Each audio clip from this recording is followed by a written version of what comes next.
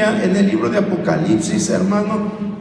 Apocalipsis capítulo 19. Acuérdese que estamos atorados en este libro. Y déjame decirle, a lo mejor usted ya está dando gracias a Dios porque ya estamos llegando a los últimos capítulos, pero le tengo una noticia, no sé si sea buena o mala para usted, pero los últimos capítulos son los más profundos y con los que nos vamos a tardar más tiempo. Si a usted se le hizo larguísimo del capítulo 1 al capítulo 18, del 19 al 22, va a ser algo similar de largo o más. Entonces vamos a leer nuevamente este capítulo. Vamos a leer a partir del verso 7, del 7 al verso 21 alternadamente. Dice así la palabra del Señor: gocémonos y alegrémonos y démosle gloria, porque han llegado las bodas del Cordero y su esposa se ha preparado.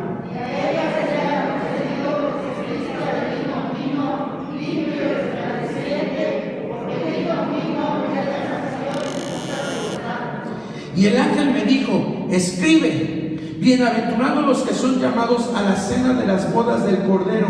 Y me dijo: estas son palabras verdaderas de Dios. No me proveas bien para hablarme. Y él me dijo: mira, no lo hagas. Yo soy consiervo tuyo y de tus hermanos que retienen el testimonio de Jesús. Adora a Dios, porque el testimonio de Jesús es el espíritu de la profecía. Entonces, vi el cielo abierto, y aquí un caballo blanco, y el que lo montaba se llamaba Fiel y Verdadero, y con justicia juzga y pelea.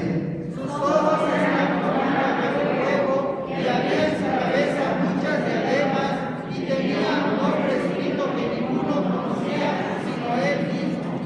Estaba vestido de una ropa teñida de sangre, y su nombre es el Verbo de Dios.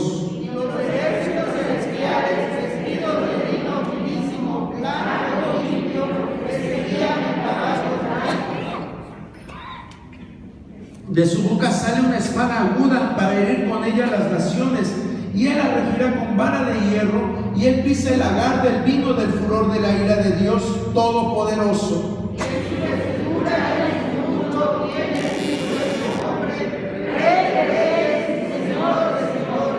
Y vi a un ángel que estaba en pie en el sol, y clamó a gran voz diciendo a todas las aves que vuelan en medio del cielo: venid y congregaos a la gran cena de Dios, para que comáis carne de reyes y de capitanes, y carne de bueyes, carne de caballos y de sirvientes, carne de todos libres y de esclavos, pequeños y grandes. Y vi a la bestia, a los reyes de la tierra y a sus ejércitos, reunidos para guerrear contra el que montaba el caballo y contra su ejército.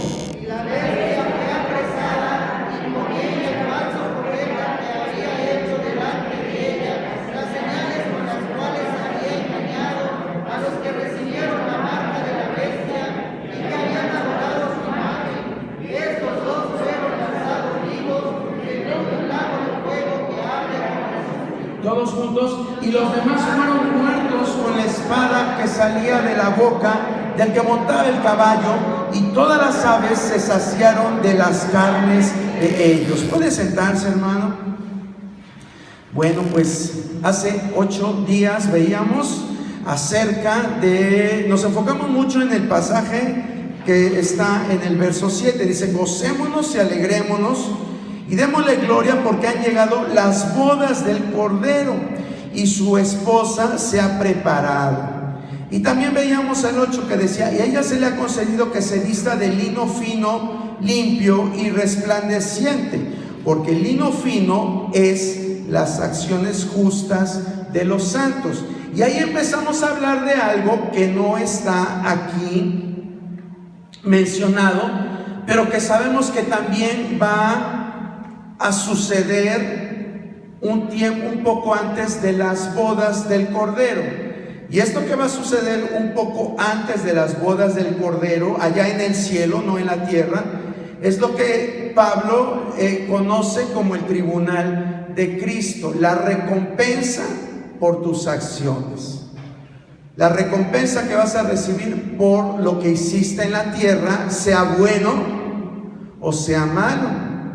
¿Sí? Así lo dice la palabra. Es decir, no nada más te vas a llevar premios, sino también vas a llevarte la vergüenza por las cosas que hiciste, pero hiciste mal. Entonces, de todo eso vamos a entregar cuentas al Señor. El tribunal de Cristo, como ya lo hemos mencionado en la vez pasada y en otras lecciones, no se trata de mandarte al cielo o mandarte al infierno, porque va a ser ya algo que va a ser un evento que sucederá en el cielo. ¿Sí? Es decir, ya la libraste, pero sí van a ser recompensas que Dios va a dar. La Biblia nos enseña que sí, para Dios escogió un pueblo y nos ha hecho linaje escogido, real sacerdocio, nación santa, todos estos adjetivos que la misma palabra nos da, pero cada quien tiene que entregar cuentas de lo que Dios le ha dado en particular. ¿Sí? A algunos les dio, acuérdense de la parábola de los talentos, a uno les dio 5 talentos, a otros les dio 2, a otros nada más 1. Pero sea mucho o sea poco lo que nos ha dado Dios, de todo debemos de dar cuenta. Y todo es indispensable. Pablo dice en la epístola las epístolas a los Corintios que todos los miembros son importantes, haciendo alusión a la metáfora de que la iglesia es como un cuerpo. Dice, no todos podemos ser pie, no todos podemos ser mano, pero todos somos importantes dentro del cuerpo de Cristo. Entonces es importante que tengamos esto bien en cuenta. Aunque tú digas, tengo 50 años aquí en la banca y no me toman en cuenta, tú tienes algo que rendir al Señor. Tenemos algo que rendir al Señor. Por eso es necesario que tú le digas, Señor, ¿en qué soy útil? Abre mis ojos para entender qué dones, qué talentos me has dado, con cuáles de ellos me has dotado para ponerlos a tu servicio. Es muy triste que hay hermanos que tienen talentos, pero por diferentes circunstancias no los quieren usar y ponen miles de excusas para no usarlos. Yo no sé qué cuentas van a entregar delante de Dios estas personas.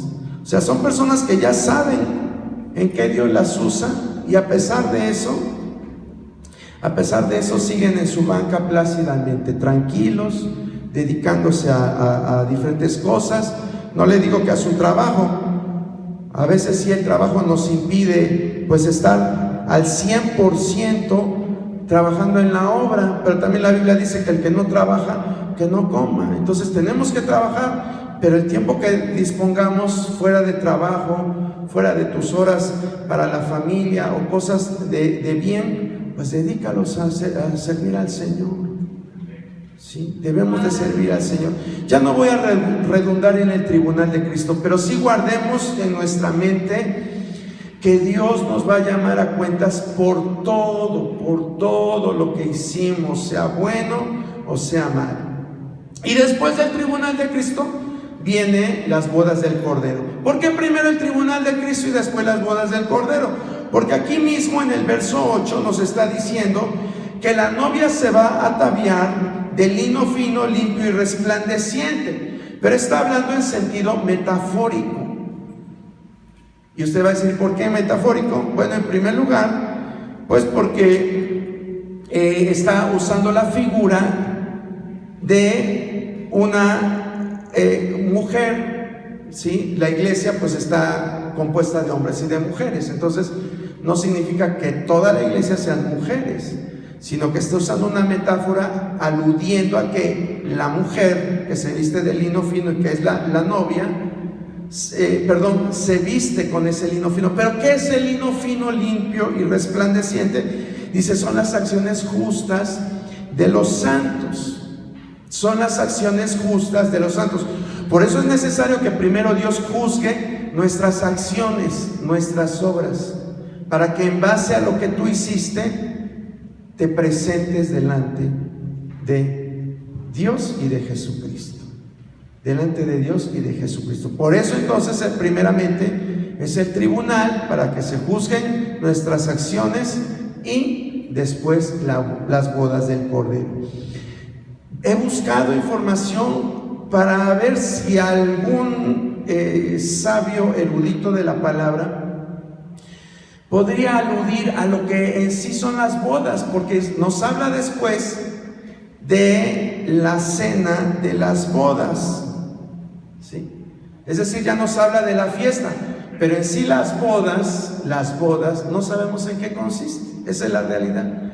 No sabemos cómo va a ser la ceremonia, más que nada. No sabemos cómo va a ser la ceremonia, pero sí sabemos que la boda en sí es la unión, ¿verdad?, entre un hombre y una mujer, ¿sí?, para compartir su vida, para que estén unidos por siempre. Humanamente hablando decimos hasta que la muerte nos separe, ¿verdad? Es el pacto que hacemos cuando nos estamos casando. Serás fiel en la enfermedad, en la salud, en la riqueza, en la pobreza, con tus bienes, hasta que la muerte nos separe. Ese es el compromiso que se va a hacer con Jesucristo. Esa es propiamente las bodas, porque aquí habla de dos actos muy diferentes. Habla de dos cosas muy diferentes, aunque a veces no lo diferenciamos, pero son dos actos completamente diferentes. Primero dice en el verso 8, en el verso 7 dice, y han llegado, ¿qué han llegado? Las bodas del Cordero. Y en el verso 9 dice, bienaventurados los que son llamados a la cena de las bodas del Cordero. A lo mejor usted va a decir, pero pues es lo mismo, ¿no? Aquí lo celebramos de la misma manera. Hacemos la boda y después pues a la fiesta. Bueno, pero de acuerdo a la tradición judía, eran cosas diferentes. Yo le decía la semana pasada que las bodas se dividían en 3 etapas. La primera, ¿cómo se llamaba? El desposamiento, el desposorio. Si era el arreglo que hacían incluso los padres. Los padres arreglaban la boda de sus hijos desde pequeños. Hoy parece eso a un machismo, parecería algo, ¿cómo le podría decir? Híjole, violar los derechos humanos. Pero así era la tradición en el Medio Oriente. Y después del desposorio venía la boda. Cuando ya estaban en una edad madura, los novios, venía la boda. Y en tercer lugar venía la fiesta, que en este caso es la cena de las bodas. La cena de las bodas. Bueno, pues déjeme decirle algo. Era todo un ritual muy bonito. Hemos leído un poquito acerca de este ritual, y cuando el que daba la orden del casamiento era el papá, él le decía al hijo, ya estás en etapa de casarte, ya lo puedes hacer, ya eres responsable, ya tienes los medios para vivir, ya es tiempo de que te cases, ¿sí? Entonces se arreglaba la boda, se mandaban las invitaciones, y el novio salía a la casa de la novia. La novia lo estaba esperando y lo estaba esperando adentro de la casa. Afuera estaban las mejores amigas de la novia. Estaban las mejores amigas de la novia, y cuando veían que se acercaba el novio, le gritaban a la novia, ya viene el novio. Y entonces la novia se preparaba Y la ceremonia nupcial se celebraba en la casa de la novia. Después de la celebración de la boda, se iban a la casa del novio en una procesión. Iba una procesión todos juntos a la casa del novio para celebrar propiamente la fiesta. Entonces, de acuerdo a la tradición, sí son cosas diferentes, son etapas diferentes, y así es como Dios lo planeó. Las bodas va a ser algo que se va a celebrar en el cielo. Jesucristo y la iglesia se van a unir indisolublemente por la eternidad, cada quien estando en un lugar. Dios le va a dar a los más fieles lugares de privilegio. De eso nos habla la Biblia, hermano. A los que fueron fieles les va a dar que gobiernen con Él. A los que le echaron ganas, que fueron fieles, que murieron incluso por la fe y por Jesucristo, Dios los va a poner en un lugar de preeminencia. Y usted va a decir, ¿y dónde dice eso la Biblia? Pues porque si leemos las parábolas de Jesús, esto nos trata de decir. Eso es lo que nos dice. Al que recibió 5 talentos, él, el que recibió, lo multiplicó, y cuando llegó su Señor, le dice, me diste 5 talentos, ahora te entrego 10. ¿Y qué le dice el Señor? Dice, buen siervo y fiel, en lo poco fuiste fiel y en lo mucho te pondré. ¿Sí? Al que tenía 2, le dio 4. Buen siervo fiel, en lo poco fuiste fiel y en lo mucho te pondré. Y al que tenía 1, ¿qué pasó con el que tenía 1? Fue y lo enterró, ¿verdad? Y dijo, yo sé que mi Señor es injusto, que no es bueno, que no paga como por lo que hacemos, entonces mejor lo entierro y cuando venga le voy a entregar eso. ¿Y cómo le fue a ese? Le fue mal, ¿sí? Cuando también esto lo podemos ver cuando estaba Moisés, se había casado con una mujer que no era de su raza, dice la Biblia cusita, una mujer cusita, venía de la tierra de Cus. Y sus hermanos lo empezaron a criticar. Aarón, ¿qué era Aarón en el pueblo de Israel? Era el mero de los sacerdotes, ¿verdad? Era el sumo sacerdote. Y María, ¿qué era? Era profetisa. ¿Sí? La misma palabra dice que ella era profetisa. María, entonces, imagínense, una casta real de siervos de Dios. ¿Sí? Moisés, el profeta, Aarón, el sumo sacerdote, y María, la profetisa. Entonces ellos empezaron a murmurar de Moisés por lo que había hecho. Entonces Dios les dice, momento. Dice, bueno, yo le voy a hablar metafóricamente, no me acuerdo bien lo que es el pasaje, pero sí les marcó el alto y les dijo, dice, con mi siervo yo hablo cara a cara. ¿Sí? Les da una reprimenda a Aarón y a María.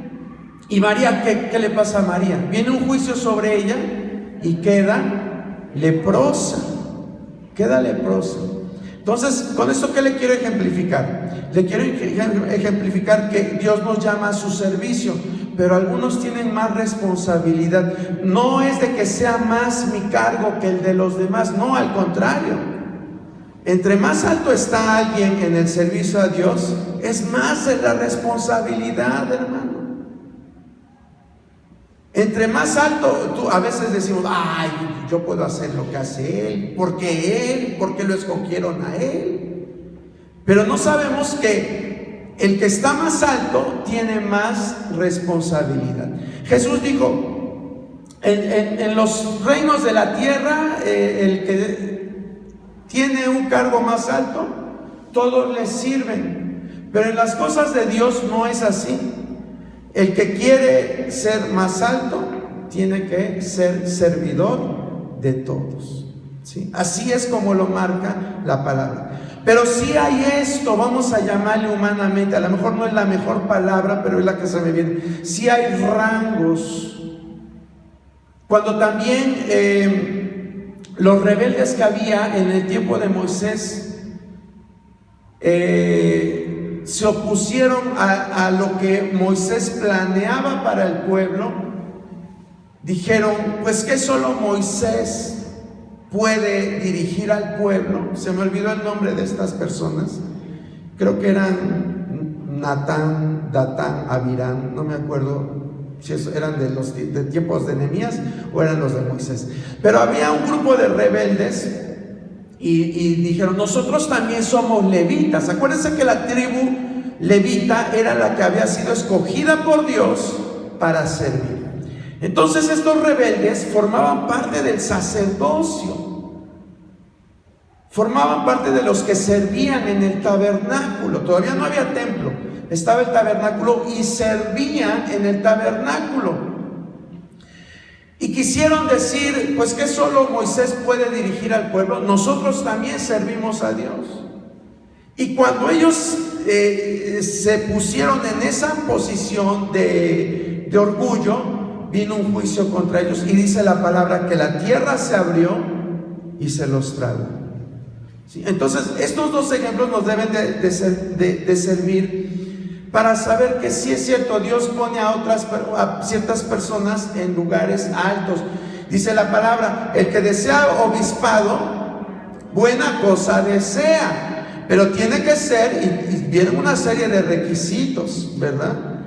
Una persona irreprensible, no dada al vino, que tenga sus hijos en sujeción, varón de una sola mujer. Y empieza a dar una lista que cuando dices, pues yo sí quería ser obispo, pero pues la verdad no puedo, ¿sí? Entonces debemos de ver esto. ¿Por qué le digo esto? Porque cuando Dios juzgue las acciones en el tribunal de Cristo, pues a algunos los va a poner en lugar de preeminencia, no porque sean sus favoritos, sino porque fueron personas fieles. Fueron personas fieles. Si tú eres de los que dicen, pues yo me conformo con quedarme en el zaguán del portón del cielo, pues así te vas a quedar, hermano. Yo les ponía hace 8 días el ejemplo de los que trabajan en un municipio, ¿verdad? Están los que están ahí cerca del alcalde o presidente municipal, y están los que desarrollan su función en las orillas de la ciudad y que ni lo ven, o sea, forman parte de servidores del municipio, pero no están cerca del alcalde. Entonces yo así me imagino que va a suceder en el cielo, ¿sí? Así va a suceder en estos actos celestiales que va a haber. Vamos a concentrarnos entonces en la tercera parte de la boda. Dice el verso 9, y el ángel me dijo, escribe, bienaventurados los que son llamados a la cena de las bodas del Cordero. Bienaventurados son los que son llamados a la cena de las bodas del Cordero. Bienaventurados. ¿Quiénes serán estos bienaventurados, hermano? A ver, piénsale tantito. Bueno, ya escuché que alguien dijo nosotros, pero si nosotros estábamos ya casándonos en el cielo con Él. ¿Perdón? Son los que se quedaron, ¿no? Y que ahora sí habían aceptado el evangelio, ¿no? Así es, exactamente. Así es, hermana Elvia. Son los que los que se quedaron a la gran tribulación, pero que aceptaron a Cristo en sus corazones. Esos son los que van a ser bienaventurados, ¿sí? La iglesia ya no, porque la iglesia ya está casada. O sea, ¿cómo van a celebrarse la fiesta y sin la novia? O más bien dicho, sí va a llegar la novia, pero de invitada, porque aquí dice muy claramente, Dice, bienaventurados los que son llamados a la cena de las bodas del Cordero. ¿Sí? A la cena de las bodas. O sea, llega ya el esposo y la esposa, entran a la casa del novio, que en este caso la casa del novio, déjame decir algo, la boda fue en el cielo, pero la fiesta va a ser en la tierra, en el reino milenial de Jesucristo. Por eso le digo, están tan pegaditos, hoy hacemos las bodas y ya enseguidita nos vamos a la fiesta. Pero en la fiesta judía era pues algo similar, pero dice que iba una procesión de la casa de la novia, donde fue la boda, a la casa del novio, donde va a ser pues el festín, la fiesta. Entonces, boda en el cielo y fiesta de bodas o cena de bodas en la tierra, en el reino de Jesucristo. Y por eso es que dice que ahí van a entrar los que van a salir de la gran tribulación. Sí, los que hayan quedado de la gran tribulación no van a ir al cielo. Los que hayan quedado de la gran tribulación, dice la Biblia en Apocalipsis capítulo 20, que van a resucitar. Pero cuando resuciten es porque Jesús ya vino, segunda venida, y va a entrar, los va a introducir al reino milenial. Y esos van a ser los bienaventurados que van a entrar a la cena de las bodas. Jesucristo habla acerca de esto y nosotros hemos escuchado muchos estos pasajes, pero les damos siempre el sentido espiritual. Les damos siempre el sentido espiritual. ¿A qué pasajes me estoy refiriendo? Vamos a ver qué nos dice Mateo 22, del 1 al 14. Está largo, pero está interesante y vamos a entenderlo no de manera espiritual, sino de una manera literal. Mateo 22, del 1 al 14. Respondiendo Jesús, le volvió a hablar en parábolas diciendo: el reino de los cielos es semejante a un rey que hizo fiesta de bodas a su hijo, y envió a sus siervos a llamar a los convidados a las bodas, mas estos no quisieron venir. Volvió a enviar otros siervos diciendo: decid a los convidados, he aquí, he preparado mi comida, mis toros y animales engordados han sido muertos, y todo está dispuesto, venid a las bodas. Mas ellos, sin hacer caso, se fueron, uno a su labranza, otro a sus negocios, otros tomando los siervos, los afrentaron y los mataron. Al oír el rey se enojó y enviando sus ejércitos destruyó a aquellos homicidas y quemó su ciudad. Entonces dijo a sus siervos: las bodas a la verdad están preparadas, mas los que fueron convidados no eran dignos. Id pues por las salidas de los caminos y llamad a las bodas a cuantos halléis.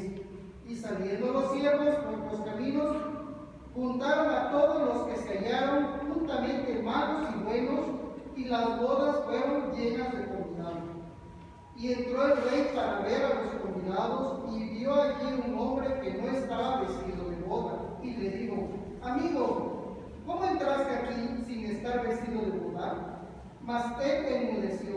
Entonces el rey dijo a los que le servían: atadle de pies y manos y echadle en las tinieblas de afuera. Allí será el lloro y el crujir de dientes, porque muchos son llamados y pocos los escogidos. Gracias, hermana Clara. Entonces vemos esta parábola que siempre pues la hemos interpretado, vuelvo a repetir, de una forma espiritual. Pero la parábola está dirigida a los judíos. Usted sabe que estos últimos capítulos del libro de Mateo están dirigidos a los judíos. El capítulo 24, el capítulo 25, estos de las parábolas, porque está hablando del trato que Dios haría o que estaba haciendo y que haría a posterior con el pueblo de Israel. Dice aquí muy claro, dice: el reino de los cielos es semejante a un rey que hizo fiesta de bodas a su hijo. ¿sí? Y dice, envió a llamar a los convidados a las bodas, mas estos no quisieron venir. Nos está hablando de un tiempo profético, de un tiempo escatológico, de un tiempo por venir. Jesucristo quiere que su pueblo, el pueblo de Israel, el pueblo literalmente, físicamente de él, el pueblo de Israel, esté presente en la cena de las bodas, esté presente. Pero ellos dice aquí que prefirieron hacer otras cosas, meterse en sus negocios. Mandaba a sus profetas, esos son sus siervos, que dice aquí que mandaba a sus siervos a invitarlos, pero no hacían caso. Esos siervos son los profetas, que durante mucho tiempo le han hablado al pueblo de Israel, pero el pueblo de Israel no quiere, ¿sí? Pero después dice que y saliendo los siervos por los caminos, juntaron a todos los que hallaron juntamente, malos y buenos, y las bodas fueron llenas de convidados. ¿Quiénes eran estos malos y buenos que hallaron y que no eran los primeros invitados? Fueron los que salieron de la gran tribulación. Yo sé que muchas veces nos dicen, pues son todos los malos y buenos que no son del pueblo de Dios, es decir, Israel. ¿Por qué? Porque lo asociamos con el pasaje que dice, a los suyos vino y los suyos no lo recibieron, mas a todos los que le recibieron les dio la potestad de ser hechos hijos de Dios, ¿verdad? Esa es la interpretación espiritual. ¿Lo podemos aplicar? Lo podemos aplicar, pero en realidad la parábola está dirigida al pueblo de Israel. Los que no quisieron nunca tener un trato con Dios directamente en nuestros tiempos y que lo van a pagar en el futuro es el pueblo de Israel. Pero dice acá que después mandaron a llamar a todos malos y buenos a las bodas y se llenaron. De todos los que van a salir de la gran tribulación. Va a haber, dice en el Apocalipsis capítulo 7, dice, vi una gran multitud, y Juan pregunta, ¿y quiénes son estos que vienen de toda tribu, lengua y nación? Le pregunta al ser celestial, le dice, ¿quiénes son estos? Y él les dice, son aquellos que han lavado sus ropas en la sangre del Cordero y han salido de la gran tribulación. Esa es la interpretación literal de esta parábola. Hay otra parábola que también es más conocida y que la usamos mucho también, pero en un sentido espiritual, pero que en realidad el sentido literal es para estos tiempos futuros. ¿Cuál es esa parábola que le digo? Está en Mateo capítulo 1, Mateo capítulo 25, verso del 1 al 13. Esta la mayoría se la sabe. A ver quién la quiere leer. Está larguita pero sustanciosa. Entonces el reino de los cielos será semejante a 10 vírgenes que tomando sus lámparas salieron a recibir al esposo. 5 de ellos eran prudentes y 5 insensatas. Las insensatas, tomando sus lámparas, no tomaron consigo aceite, mas las prudentes tomaron aceite en sus vasijas juntamente con sus lámparas. Y tardándose el esposo, cabecearon todas y se durmieron. Y a la medianoche se oyó un clamor: aquí viene el esposo, salid a recibirle. Entonces todas aquellas vírgenes se levantaron y arreglaron sus lámparas. Y las insensatas dijeron a las prudentes: dadnos de vuestro aceite, porque nuestras lámparas se apagan. Mas las prudentes respondieron diciendo: para que no nos falte a nosotras y a vosotras, id más bien a los que venden y comprad para vosotras mismas. Pero mientras ellas iban a comprar, vino el esposo, y las que estaban preparadas entraron con él a las bodas, y se cerró la puerta. Después vinieron también las otras vírgenes diciendo: Señor, Señor, ábrenos. Mas él respondiendo dijo: de cierto os digo que no os conozco. Velad pues, porque no sabéis el día ni la hora en el que el Hijo del Hombre ha de venir. Gracias, hermano Gabriel. Vuelvo a repetir, esta es una parábola que siempre la aplicamos en su sentido espiritual, pero que en su sentido espiritual, como decimos, ¿Quiénes son las vírgenes que siempre nos están diciendo? Hay dos clases de vírgenes, ¿verdad? Las insensatas y las prudentes, ¿verdad? ¿Y quiénes siempre decimos que son estas vírgenes? Exactamente, la iglesia, ¿verdad? La iglesia que está preparada y la que está tibia. Sí, siempre nos dicen esto, ¿verdad? No tiene nada de malo, no tiene nada de malo. Se puede aplicar, vuelvo a repetir, algo que yo les decía al principio del estudio es que las profecías tienen una ley que se llama la ley del doble cumplimiento. Sí, se puede aplicar a los tiempos del profeta y se puede aplicar a los tiempos futuros. También se puede aplicar en un sentido espiritual y en un sentido literal. Pero bueno, en su sentido literal, esta parábola también es acerca de la segunda venida de Cristo. Nosotros creemos que cuando dice, velad pues porque no sabéis el día ni la hora en que el Hijo del Hombre ha de venir, pensamos que se refiere al rapto. El rapto también así va a ser, no sabemos cuándo va a ser, pero va a suceder. Pero aquí se está refiriendo a la segunda venida de Cristo. Esa venida donde todo ojo le verá, que tampoco sabemos cuándo va a ser, pero lo cierto es que todo ojo le verá. Entonces, aquí nos dice muy claramente, dice, entonces el reino de los cielos será semejante a 10 vírgenes que tomando sus lámparas salieron a recibir al esposo. Desde ahí debemos de pensar, ¿qué es la iglesia? La novia, es la novia. Y aquí está hablando de vírgenes. Yo les decía que en la fiesta de bodas, la tradición judía de los tiempos bíblicos era que las amigas de la novia se quedaban afuera para que cuando vieran que venía el novio, le gritaban a la novia. No había celulares, no le podían mandar un mensajito, ¿verdad?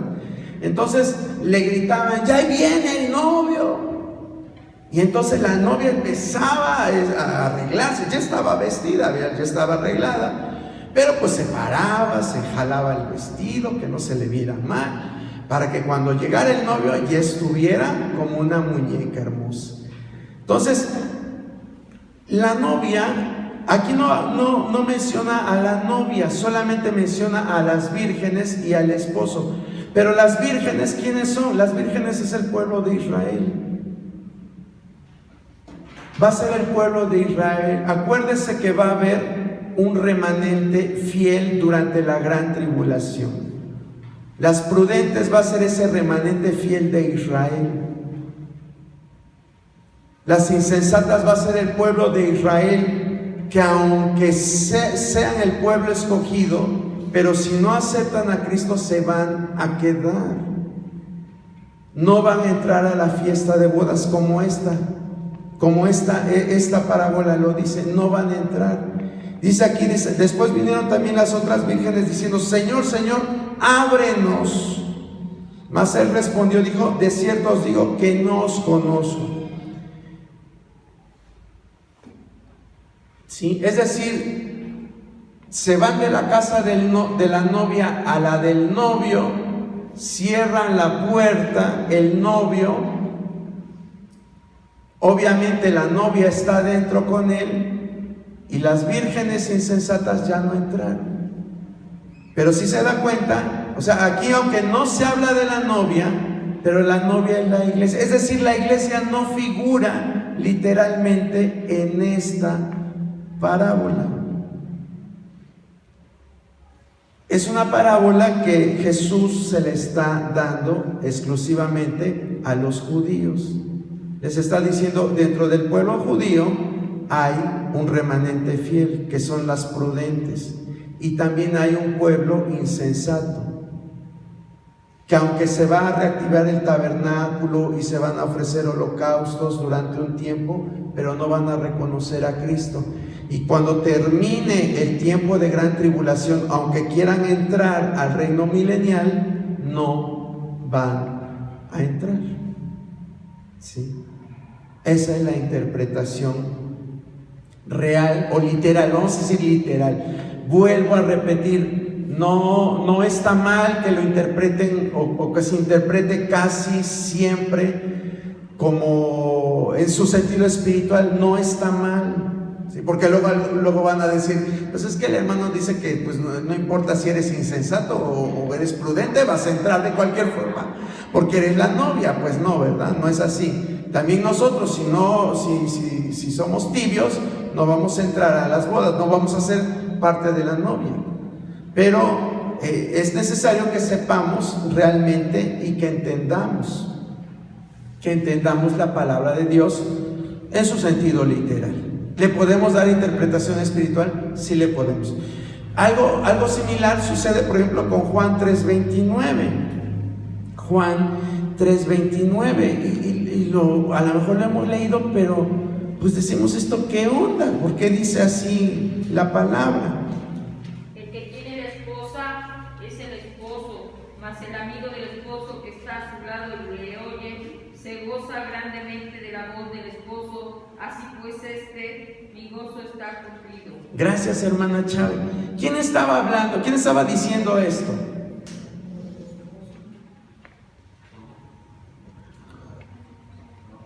Lo estaba diciendo Juan el Bautista. Mire, vamos a leer unos versos antes. Verso 22. Dice: después de esto vino Jesús con sus discípulos a la tierra de Judea, y estuvo allí con ellos y bautizaba. Juan el Bautista también en Enón, junto a Salim, porque había allí muchas aguas, y venían y eran bautizados, porque Juan no había sido aún encarcelado. Entonces hubo discusión entre los discípulos de Juan y los judíos acerca de la purificación.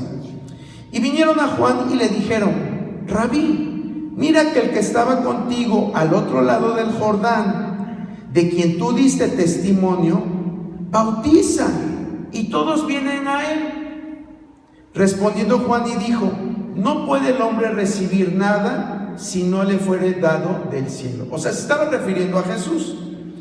Vosotros mismos me sois testigos de que dije: yo no soy el Cristo, sino que soy enviado delante de él. Y después dice lo que leyó nuestra hermana Chávez: el que tiene la esposa es el esposo, mas el amigo del esposo que está a su lado y le oye, se goza grandemente de la voz del esposo. Así pues, mi gozo está cumplido. ¿Por qué dice eso Juan? Bueno, porque Juan se estaba figurando también el asunto de la boda de Cristo.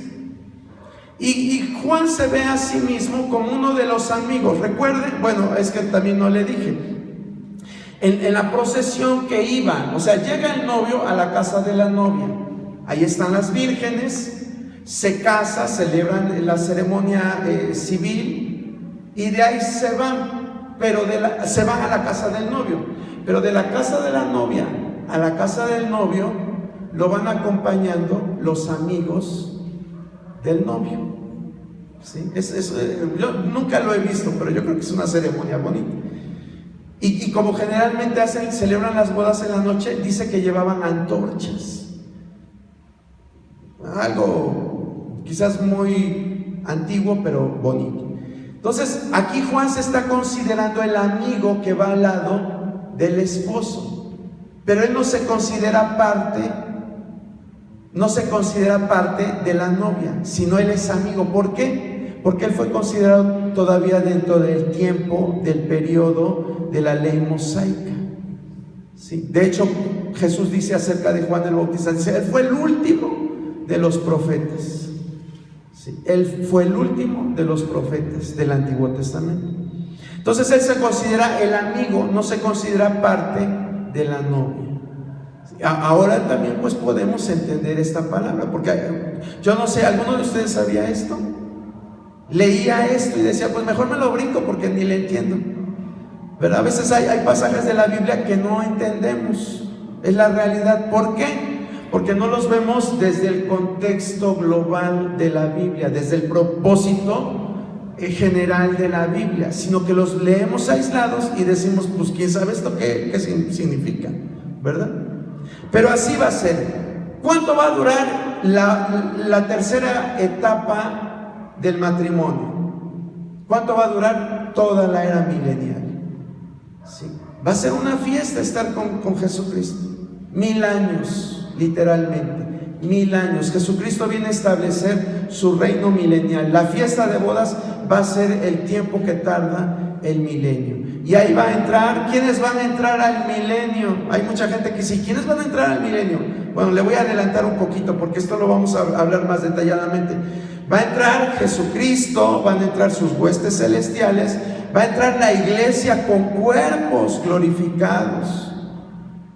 Va a entrar la iglesia con cuerpos glorificados y van a entrar los redimidos de la gran tribulación. Esos van a ser los grupos que van a entrar dentro de la gran tribulación. Los que van a entrar al milenio y que salen de la gran tribulación. Esos van a ser los grupos que van a entrar. Lo vamos a ver más adelante. Vamos a entrar a... Bueno, tenemos creo que tiempo. Bueno, 9 minutos. ¿Empezamos o no? Vamos a continuar viendo. Solamente le voy a dar un adelanto de lo que vamos a seguir viendo. A partir del verso 11, a partir del verso 11, dice: entonces vi el cielo abierto y aquí un caballo blanco, y el que lo montaba se llamaba Fiel y Verdadero, y con justicia juzga y pelea. Aquí ya viene el final de la gran tribulación. Aquí ya viene el fin de la gran tribulación. Dice la Biblia que si aquellos días no fueran acortados, nadie sería salvo. Ese es un pasaje también aplicado para el tiempo de la gran tribulación. Si aquellos días no fueran acortados, nadie sería salvo. Pero después de los 7 años de grandes calamidades en la tierra, viene Jesucristo a juzgar. Podemos leer estos versos que nos hablan de una batalla en la cual Jesucristo va a derrotar a la bestia, va a derrotar al falso profeta y los va a enviar al lago de fuego, los va a juzgar, y a Satanás lo va a atar por 1000 años, lo va a atar por 1000 años. Pero esto que leemos aquí del verso 11 al verso 21 es el clímax de algo que fue precedido de muchos eventos. Fue precedido de muchos eventos. Y aquí es donde vamos a hacer pues una pausa para meternos a ver que el personaje llamado la bestia, aunque sabemos que va a reinar en todo el mundo, bueno, de acuerdo a lo que dice la Biblia, sus alcances van a ser a nivel geográfico mundial, pero va a haber gente que se le va a oponer. No va a ser tan fácil que él llegue a dominar a todo el mundo. ¿Por qué? Porque va a haber naciones poderosas. Hoy estamos viendo que hay naciones poderosas a las cuales no es tan fácil decirle, pues te me calmas o te me calmas. Y lo estamos viendo hoy en nuestro tiempo, en nuestros días. ¿Qué nación poderosa está haciendo de las suyas y nadie le puede hacer frente? Rusia, ¿verdad? Está haciendo de las suyas y nadie le puede hacer frente. ¿Por qué? Porque sabe que si se le pone al tú por tú Estados Unidos, si se le pone al tú por tú las naciones que forman la OTAN, se podría desencadenar una guerra de consecuencias tremendas sobre toda la tierra. Sí, por la cantidad de armamentos que tiene Rusia y bueno, los otros países también. Entonces, lo mismo va a suceder, o sea, el panorama está pintando para que ya nos empecemos a imaginar cómo va a ser esto. Ya hablamos que el anticristo va a surgir de lo que antes era el imperio romano, de las naciones que formaban el imperio romano. De ahí va a surgir el anticristo o la bestia. 10 naciones específicamente van a ser las aliadas o la confederación que va a estar apoyando a la bestia. 10 naciones. Pero se le van a oponer una confederación del norte. Una confederación que nosotros podemos leer en Ezequiel capítulo 38. Vamos a ver qué nos dice Ezequiel capítulo 38. Amén. Solamente le voy a dar algunos esbozos de esto, hermano. Yo hasta traía ya mi mapita para enseñarles las naciones de que ahí se mencionan, pero pues me voy a quedar con las ganas de enseñarles. 38 y 39. Sí, 38 y 39. Solamente vamos a leer un poquito para que, a ver, usted le vaya agarrando cariño al pasaje. Dice así la palabra del Señor: vino a mí palabra de Jehová diciendo: hijo de hombre, pon tu rostro contra Gog en tierra de Magog, príncipe soberano de Mesec y Tubal, y profetiza contra él. ¿Sí? Aquí nos menciona a unos nombres. Nos está diciendo: pon tu rostro contra Gog en tierra de Magog. Gog significa príncipe, cabeza o principal. Gog significa príncipe, cabeza o principal. Quiere decir que Gog no es una ciudad, no es una nación, ¿sí? Es un líder político, y que él va a estar gobernando en tierra de Magog. Magog, ¿qué es Magog? Geográficamente son las naciones que abarcan el Cáucaso y Armenia, ¿sí? El Cáucaso es una serie de montañas que están en el norte de Asia, y Armenia es también un área geográfica.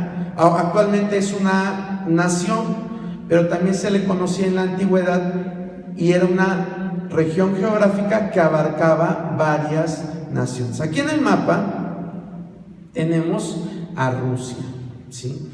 Tenemos a Rusia, y van a decir, usted va a decir, ¿y qué tiene que ver Rusia? Bueno, porque aquí está hablando de la tierra de Magog, y en la tierra de Magog es lo que hoy se conoce como Rusia.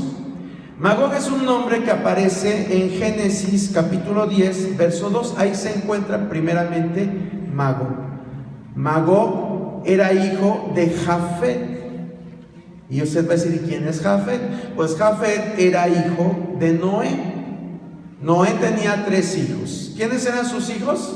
Sem, Cam y Jafet. Bueno, pues Jafet tuvo hijos, y uno de ellos fue Magog, ¿sí? Tuvo también a Mesec y a Tubal, que también aquí se mencionan en el verso 2. Mesec y Tubal, dice príncipe soberano de Mesec y Tubal. Hoy hay un libro que se llama, déjeme ver la fuente. Siempre le digo a mi hija, dime tus fuentes cuando me quiere cuestionar de algo, y por eso es que digo, mejor les llevo las fuentes de donde saco la información. Hay un libro que se llama Nueva Enciclopedia de Conocimientos Religiosos de Schaff y Herzog. Sí, es una enciclopedia que trata de ver las civilizaciones antiguas a la luz de la Biblia. Déjeme decirle que hay civilizaciones que se sabe que existieron por la Biblia. Sí. El mejor lugar para documentarlas es la Biblia. Y son reales porque se han encontrado inscripciones de esas ciudades que dicen, ¿y de dónde sacamos información de esta civilización? Y le buscan los arqueólogos, y no encuentran de dónde sacar la información. Van a la Biblia y se dan cuenta que lo que dice en esa inscripción cuneiforme, en algún plato, en alguna reliquia, pues ese lugar está mencionado en la Biblia. ¿Sí? Entonces esta enciclopedia se encarga de redactar o de compilar toda esa información. Y en esta enciclopedia se ha descubierto que Mesec y Tubal eran tribus bárbaras, que Mesec es lo que hoy se conoce como Moscú y Tubal es una ciudad rusa que se llama Tobolsk, o no sé si se menciona así o no sé cómo se mencione, pero son ciudades importantes de Rusia. Aunque aquí no está Moscú, pero Moscú está en este lugar. Usted puede buscar, se lo voy a dejar de tarea, ya con esto cierro la enseñanza de hoy. Aquí donde está la manita, ¿sí ven la manita? Sí, saludos la manita. Bueno, ahí donde está la manita, ahí está Moscú. Si usted se da cuenta, ¿ya vio dónde está Israel? Aquí viniéndonos para abajo, aquí está Israel, ¿sí? Moscú, Israel, ¿sí? ¿Y qué tiene que ver el punto cardinal? Tiene que ver mucho, porque más adelante vamos a ver que esta confederación del norte precisamente viene del norte, es decir, Rusia está al norte de Israel y de ahí van a venir varias naciones. Lea usted en su casa para que ya dentro de 8 días no lo agarre tan perdido, y se va a dar cuenta cómo esas naciones se van a dejar venir contra Israel, y ahí va a entrar en juego la bestia, el anticristo. Sí, está muy interesante esto. Vamos a dejarlo ahí y yo espero que estudie. Son cosas que se van a cumplir. Algo que dice aquí en Apocalipsis 19, verso 9, dice: porque la palabra de Dios es cierta. Es cierta. Sí. Vamos a dar gracias en esta hora. Señor, te damos gracias por esta oportunidad que nos has dado de meditar